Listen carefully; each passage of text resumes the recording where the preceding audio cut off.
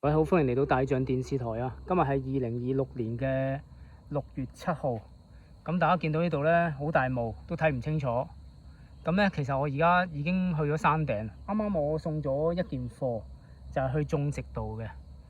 我都記得好多年之前，我廿零歲呢去過山頂嘅，就係去參觀，但未試過咁樣上嚟送貨。我記得幾年之前啊，就試過送一單貨，送半山，就係麥當勞道。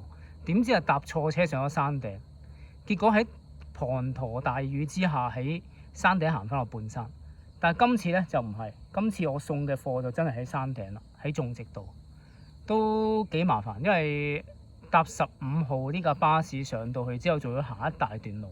咁我啱啱送咗呢單貨呢，就喺山頂度行，諗住揾翻車搭啦。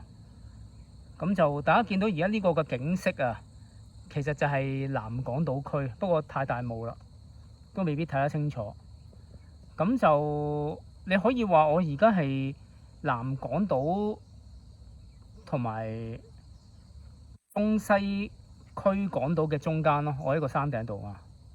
咁就山頂嘅景色真係唔錯，而我係嚟送貨做嘢。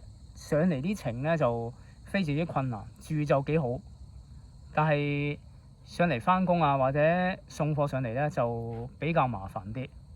咁就各位如果肯努力嘅話咧，都可以揾到錢，都可以住上嚟半山或者山頂，一覽眾山小。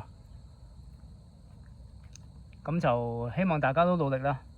不論而家香港嘅環境係面對一啲困難，都唔好放棄，大家努力，多謝大家。